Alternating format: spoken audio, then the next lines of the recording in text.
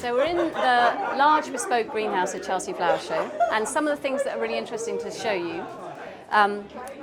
If you plan to grow things like tomatoes, aubergines, chilies, courgettes, and some larger plants, a plant is a really good idea like this, because you can plant your plants in there and they don't need so much watering because you've got a larger space of soil. So it just means you can put lots of plants in and you don't have to be watering them every day.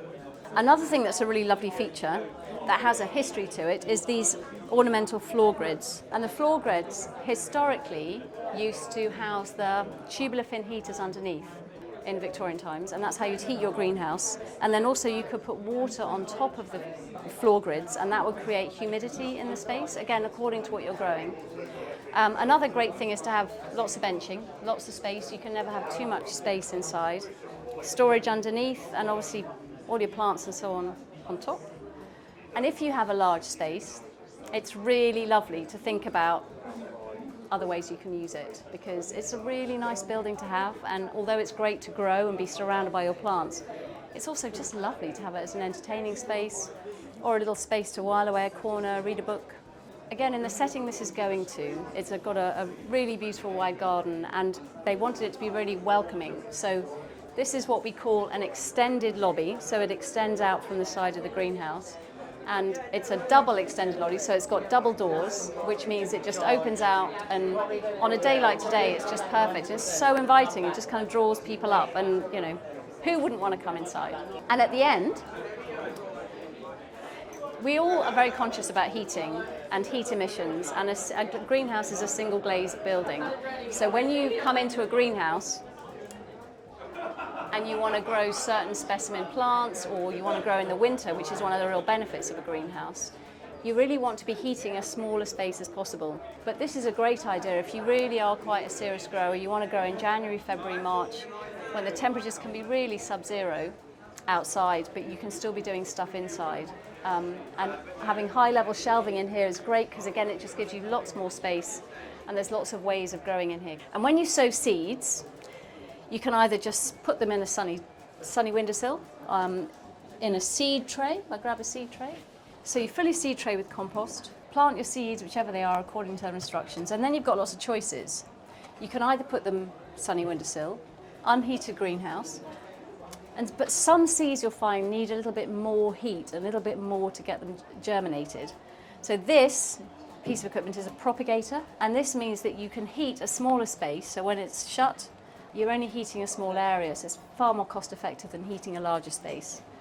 And as you can see here, all the seedlings are coming up. These are charred, and these are leeks, coming up really nicely. And when they get to a bigger size, and they're a bit more robust, you can just pop them out,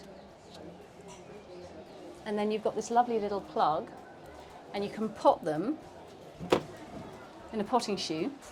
So what we've done here, you can see, so we've got seedlings, we've got a whole range of seedlings going on in this greenhouse, and you pot them on into a space. So the idea being that they will grow as much as the space they have for their roots. So if you keep them tiny in that, the plants are going to be stifled, their roots will be root bound, and they won't be able to get very big. But if you pot them into that, and then pot them on into this size pot, they'll get bigger and bigger according to what root space they have. So once you've sown your seeds, they've come up, potted them on, the next part of the journey